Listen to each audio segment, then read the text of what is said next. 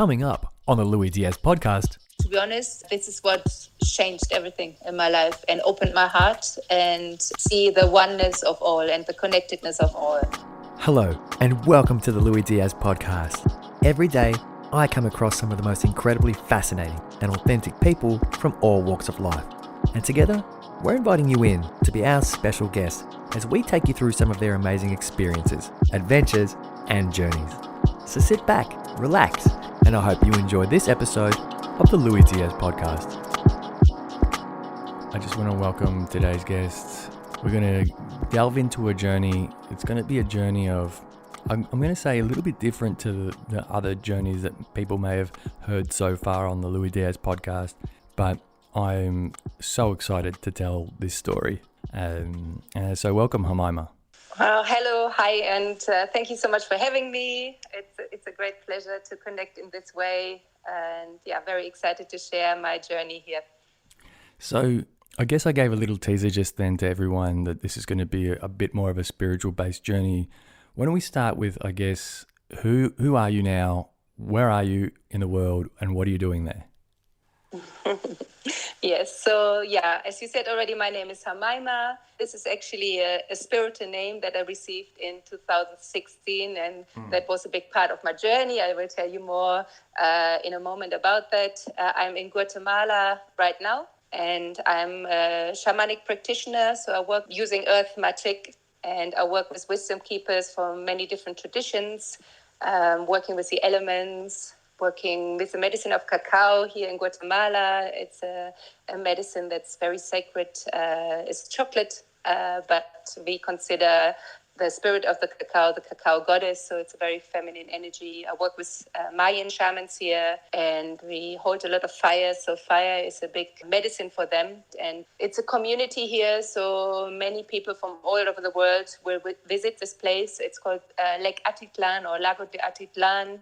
It's surrounded by volcanoes, and it's considered to be a massive energy vortex, a great place for healing and transformation. So that's why a lot of space holders and wisdom keepers from all different traditions will come here and share their work. And a lot of people come here who seek healing and transformation and growth. It's not the kind of run-of-the-mill, everyday sort of experience that you guys are offering there, right? It seems like something specific. At some point in someone's life, they're going to feel like they need to engage with this kind of work. I believe that these times we live in, we are in a massive transition period as humanity as a whole, as well as the planet herself. And whereas maybe in previous decades we could still get away with doing the things, the material things, and it's maybe having the 9-to-5 jobs and accumulating possessions and the usual, the standard. I'm not saying it's wrong, but for many souls that are on this planet right now, they are actually not fulfilled to be doing jobs that they don't enjoy and spending maybe 8 hours or longer a day in an office where they don't really want to be. Maybe in the past, we could just get away with it and think this is what we're doing as humans. Now, more and more people are waking up, which often starts with maybe having depression or midlife crises or really not feeling happy in their being and wondering, I have everything, I have a family, I have this job, I have a home, but I'm not happy, I'm not fulfilled. So this is kind of a collective awakening that we are going through right now. So people would start seeking out practices that will help them remember who they truly are. And this lifetime is a blink of an eye in the grand scheme of things. But still, we are experiencing this lifetime here right now. So for us, it's everything. And we want to seize the moment. We want to be fulfilled. We want to use our gifts. We want to be fully energized and joyful and creative. And unfortunately, most people haven't got quite the outlet for it or haven't quite found the way how to do that. So that's why these vortexes in the world, which there are many, for example, Hawaii, Ibiza, Glastonbury, Machu Picchu, in Australia, of course, as well. So that's why these places, the energy of these places will draw people there. Although they don't know why they're going, but they feel the soul is moving them in that direction. And then we are here to offer all kinds of things that will help you remember who you really are. I guess what I'd love to know is, how did you yourself set off on this journey? Where did you begin? And, sort of take us all the way back to that beginning. Mm-hmm. Yes. So I grew up in rural Germany on a farm. And my oldest brother was suffering from depression from very early on. And at the age of 18 or so, he got into drugs, like heavy drugs, heroin. So when I was a teenager, so I was kind of with him in and out of rehab and being in the house and sometimes being left with him to just make sure there's somebody there with him. But I was still quite young myself and I didn't feel quite safe around him. And then he ended up being in a coma and then being severely disabled for around altogether 30 years. He passed only 2 months ago. And I was involving myself a lot in horse riding at the time. So that was kind of the savior for me, to spend time with the animals and to really have that connection with nature. And so I was spending most of my time with the horses.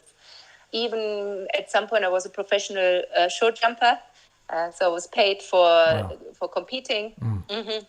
And I did that maybe until I was 25. And I was still living at the family farm, but I had my own flat in a building next to the family home. But it was still very much connected to the family and hadn't really spread my wings. And I was studying law at the same time, more or less, or trying to do both things. And it was really interesting because if you know me now, we would say, you studied law? Like, how did you ever think that would be good? Something you could do or you wanted to do. But at that point, I didn't know myself at all. But then quite soon realized this is not really my calling. And also there was court proceedings regarding my brother and what happened. And it was turned around towards my mom. So my mom was kind of blamed. So I realized that the justice system doesn't have much to do with justice. And I stopped. And I was focusing on the horse riding, but also although I didn't stand still much and I didn't do any meditation at that point, but I still felt this is not really, there's more. I am living here in this small town and doing the horse riding, and it's about winning and who has got the best horse, biggest lorry, the biggest car, competing. And my soul was more and more telling me, this is not for you. And I ended up going to Ibiza and because my brother had this history of using drugs, I had never touched anything until I was 25. But then when I went to Ibiza, somehow I started using recreational drugs there. And I don't want to glamorize that at all, but to be honest, this is what changed everything in my life and opened my heart and see the oneness of all and the connectedness of all. And that started me off a journey of at least 8 years of just doing that.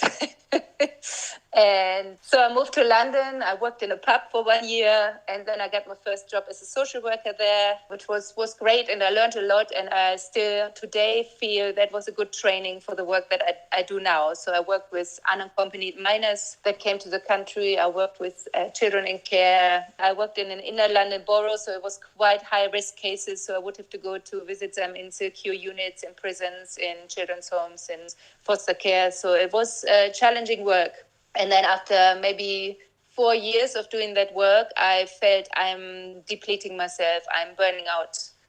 And my relationship, as well as activities at the weekend that were still going on, it was just like not really serving me at all anymore. And I left the relationship and I went off to India. And it's a bit of a cliche because that's how many people's spiritual path or their remembrance started. But it did for me. So I went, and the first time I ever did yoga was in an ashram in India. And I spent a few months there on my own. I traveled to different ashrams and really involved myself in that culture. But yeah, it was really a first step in my journey. And then I met somebody else and we spent some time together and we moved to London and we opened a school for girls who struggle in mainstream education. So when one comes back from India, one has got this idealistic ideas and wants to change the world. So we said, okay, because of my social work background, and there was a big need of supporting these girls, which no school wanted, and to just really make sure they get an education. And we set up this big thing and had teachers and mentors and everything.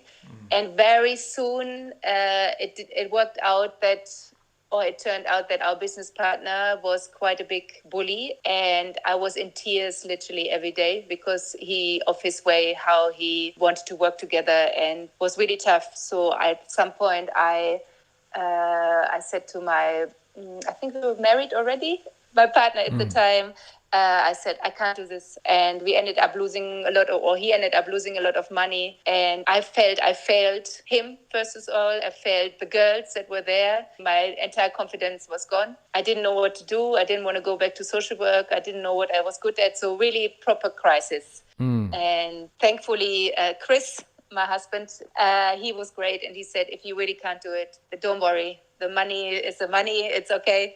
It's gone. And he was really great. So at some point I could leave, and I felt very relieved about it.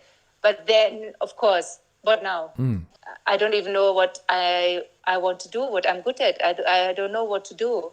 And thankfully, I have a lot of fire, and I don't sit around. So after a little bit of moping around and being kind of depressed, I started doing voluntary work.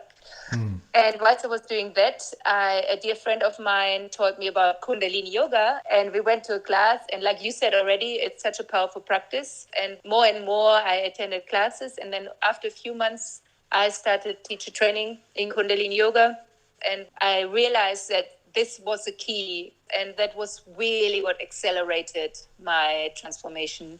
I always say that Kundalini Yoga, there are many practices, but for me, Kundalini Yoga and plant medicines are the highways in spirituality. So they say there are no shortcuts. You have to do the work, but I feel there are highways and there are country lanes and there are parking spots, right? Sometimes it's good to park but sometimes you want to go fast. There's usually no time to waste, right? Why waste time? And I heard recently, it's really beautiful. I'm sure you have heard it. We are the ones we have been waiting for. So why wait? Right. And then in 2013, we went to Peru for the first time to work with ayahuasca. And that was another big moment that changed a lot. So from Kundalini Yoga, which is very rigid and a lot of rules, and it's a lot of like opening to sky, which is great. But what the shamanic work brought in is to the deep connection to the earth and to the elements and the earth's magic, and knowing the power of the plants, and not only the big heavy weights of the plant medicine world, but like the herbs and the flower essences and all the beautiful things that are out in nature. We don't need to take any chemicals for anything. It's all there. So if we remember that ancient wisdom, then everything is provided for us. And that was so beautiful to experience it. So we're in Peru, you're there with your husband at the time, you've discovered plant medicine. Yeah, so we went back to London, and I started working with cacao that we use to open the heart and to connect to nature, really, and to help people to look at their lives from a different perspective. The Mayan shamans say that the cacao tree walked out of the rainforest because we as humans had lost connection to nature. And that's why the cacao is so well known, and there's a lot of cacao ceremonies all over the world.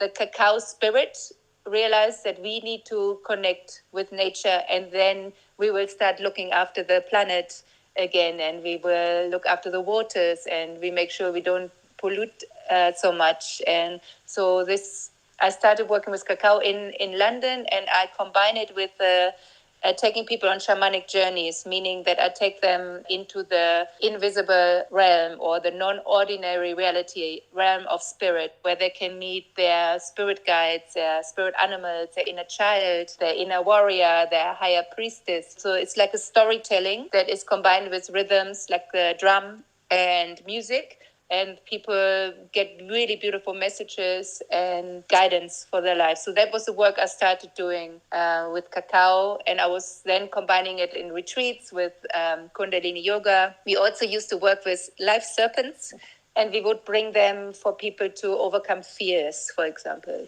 so yeah.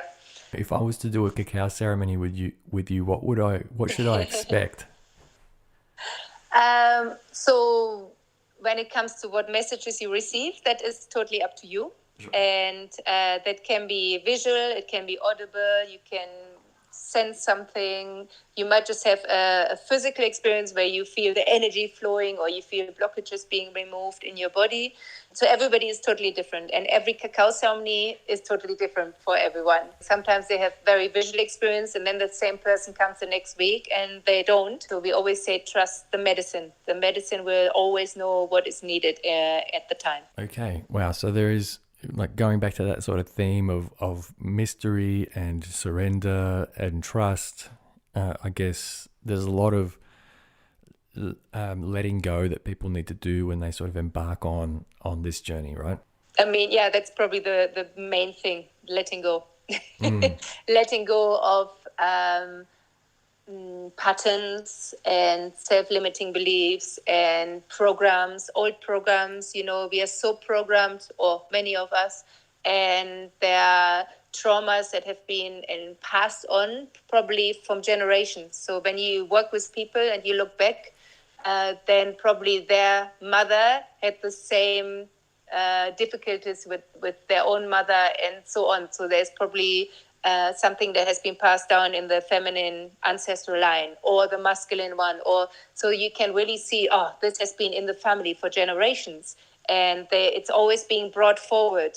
So the one who is now present will deal with it. And fortunately, with the energies present right now, it is much easier to heal.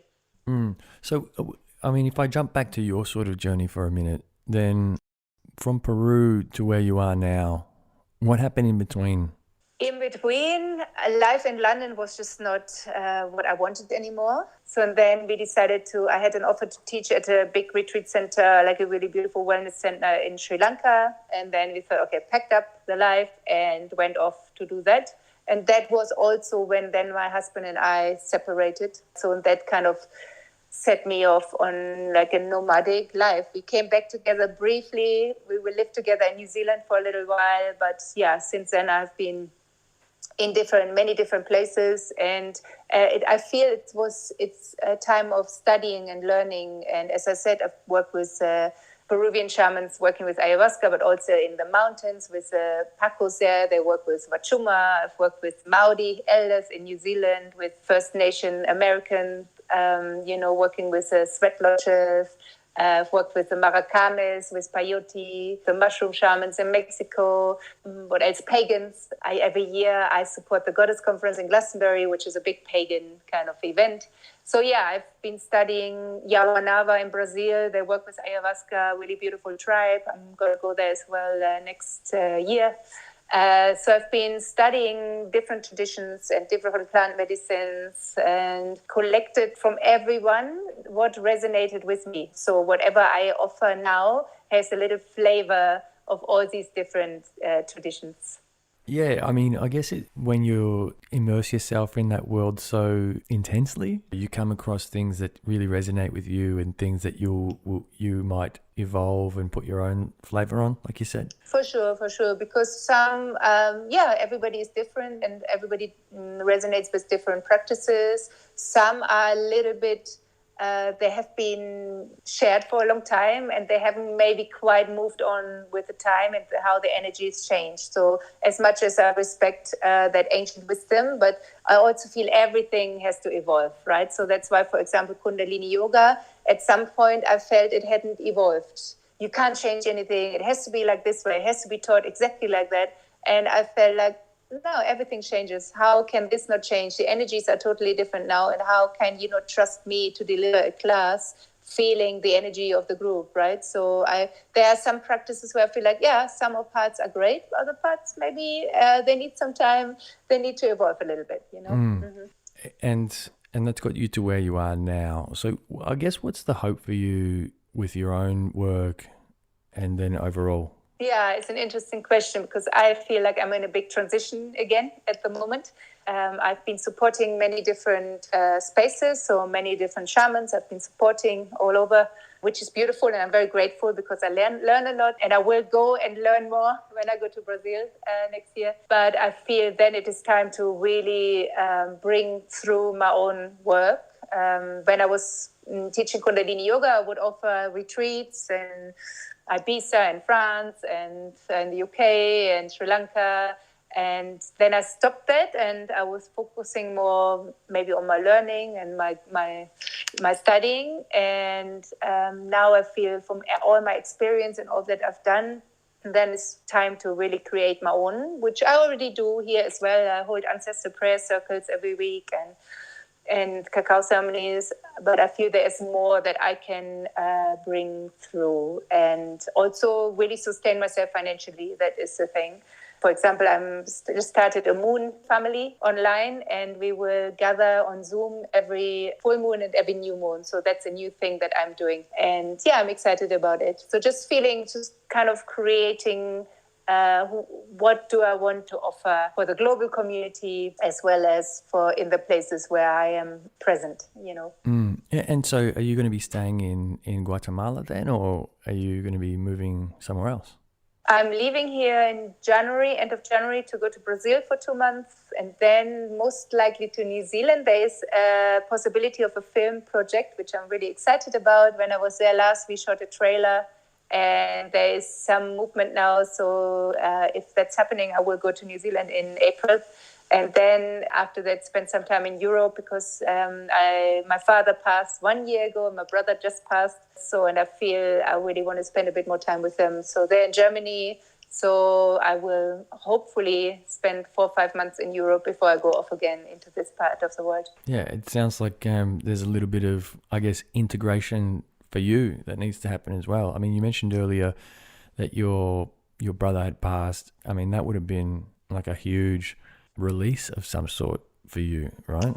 It's interesting because I have actually there was a big part of my healing journey because of how I grew up with him being an addict. And then I remember coming home from horse riding one day, and my father said, "Your brother is going to die. He's in hospital." And the first thought I had was, thank God for that, And then he did not pass, and he continued to live for 30 years, like, as I said, in a wheelchair, and had to be cared for 24/7 more or less. But it was a long healing journey for me to let go of that guilt of this first response, right? So, and I remember my first ayahuasca journey, and I remember having this big conversation with his spirit and saying, I'm so sorry about this reaction. I'm so sorry that I didn't see your suffering. I'm so sorry I'm not patient with you now, and I can't understand you because his speech was affected.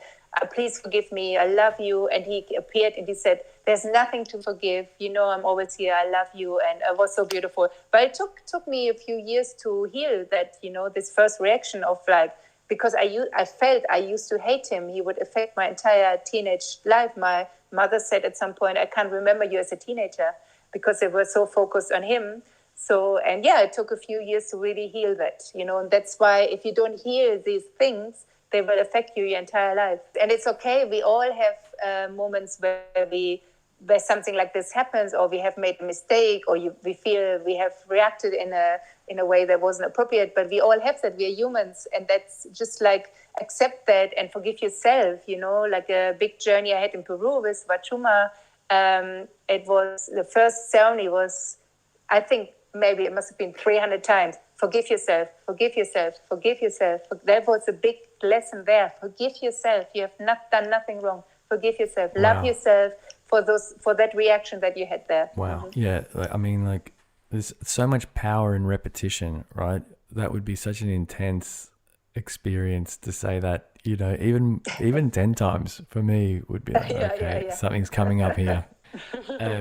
You're able to talk about all of these things, from your past. Is there still some feeling there? Do you think you're healed, or do you think that you're still going through your process? There's always more to do. There's always more. Mm-hmm. But also, we are not broken. We are perfect as we are, with all of our shadowy parts and our icky parts and sticky parts.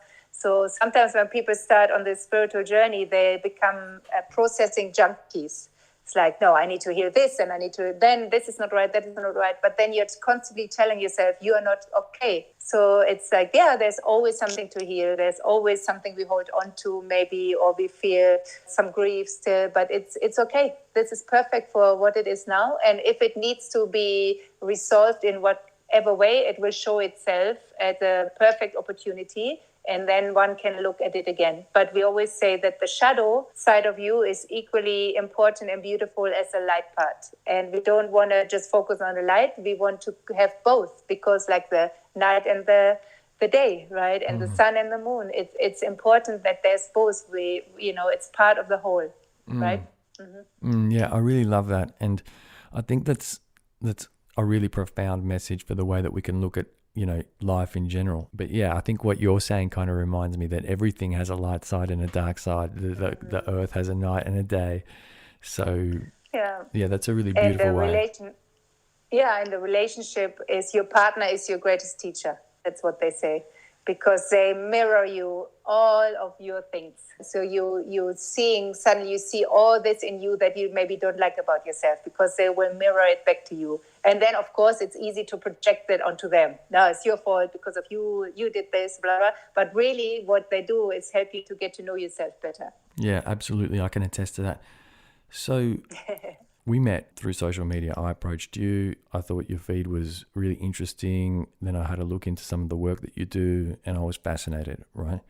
But then when I speak with you, I feel very calm. I feel like there's just calmness exuding from the screen. I've got you in front of me on a screen.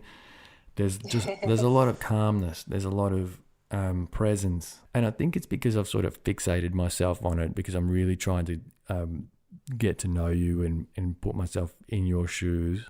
A, do people tell you that all the time? And B, do you think you've always had that, or do you feel that within yourself? Now I could go into the explanation that I have for it, but it might be a little bit out there. Sure. So I will just go with, I think once we have done a certain amount of work on ourselves and found peace in our hearts, then this is what we vibrate out. And I believe that I would consider myself as a healer. So what they say healer is, as a healer, you hold in your energetic field the energy that the people who are attracted to you need to find their own solution for their own healing. And most likely is something that you have gone through in yourself, that I have resolved in myself. I carry that in my energetic field. So this is what you're picking up on. That's, I feel my name, I told you, I think means, Hamaima means where the heart of the universe is born. Yeah, so beautiful. I feel that's the energy of home. That's the energy of home, the source, right? So what is the energy of home? We feel safe, we feel calm, we feel like we're belonging, we are welcome. So I feel that's the energies that I have, Yeah, that's really beautiful. And I encourage everyone to head over to your website to get to know more about the work that you do. It's Hamaima.com, isn't it? Right. Hamaima. Yeah, that's it. Right. And Instagram, Hamaima Love. Yeah, fantastic. So there's more information and more. I share what I consider New Earth guidance on Instagram. So if some of the listeners are struggling a bit at the moment, then the Instagram is a really good way of being connected, knowing what's going on with the moon, what's going on energetically, and to just maybe help you to understand a little bit what we are going through as a collective right now. It's been such a pleasure to speak with you. Thank you so much for the time that you've taken to record with me. I know we've had a couple of little hiccups along the way, but you've been really great. Is there anything that you wanted to leave the audience with? Anything at all? Yeah. We live in magical times, and we live in a big time of transformation, and it might seem like a huge upheaval and a turmoil, and that's also okay. This is all part of the process. It's like a releasing, like we said before, a big letting go of the denser energies. So if you feel there are some people in your life who are holding this energy of home that we just discussed, and there seem to be like this calm islands in the wild seas, then I highly recommend to navigate towards those islands and hang out with those people and find your tribe, find those people who are really making changes, how they live. They grow their own food, they look after the environment, they do their practices. They don't live in a state of fear. They're choosing love over fear every moment. So find those people and hang out with them, because it will then absolutely change your own frequency as well. So that's what I can give as a little advice. Yeah, that's so beautiful, because I guess it doesn't involve, going and signing up for a certain course or going to a studio of any sort. It is, just looking at what's around you, what already exists, and hopefully what is already in your field of presence, hopefully. Yeah, and nature has all the answers, right? Spend more time in nature, connect to the trees, go into the waters, bring offerings to the waters, to the mountains. They love tobacco, make prayers and connect and kneel and kiss the earth. And it's a privilege to walk on this planet right now. It is a privilege. And we should really, really, really honor this big opportunity that we have right now. Wow. Beautiful message. Really, honestly, it's been such a pleasure to speak with you and get to know you better and to have you as part of the podcast. I know that there's going to be people out there that are going to really value all the wisdom that you've brought to us today, and also having sort of, being given a little bit of insight into your own personal story. I know it might not always be easy to tell, but it seems like you've done a lot of work and maybe told it a lot of times, right? To sort of get to a place where you're okay to share that. But look, we're super very, very, very grateful for having you here today. And I think at the end of every episode, I do a little round of applause for my guests and just say woohoo. So I guess on 3, I'm going to clap. You can clap too if you like. But 1, 2, 3, woohoo. Hey Hamaima, thanks so much for being here. It's been so good to have you, and I can't wait to keep in touch. Yeah, thank you for having me, and thank you for all that you do and sharing interesting life stories that maybe will move people to make some changes in their own lives. Thank you for what you do, and thank you for finding me, and looking forward to connecting again. Much love. I hope you enjoyed this episode of the Louis Diaz podcast. To find out more about any of our guests and catch additional photos and content from this episode, find us on Instagram at Louis Diaz Podcast.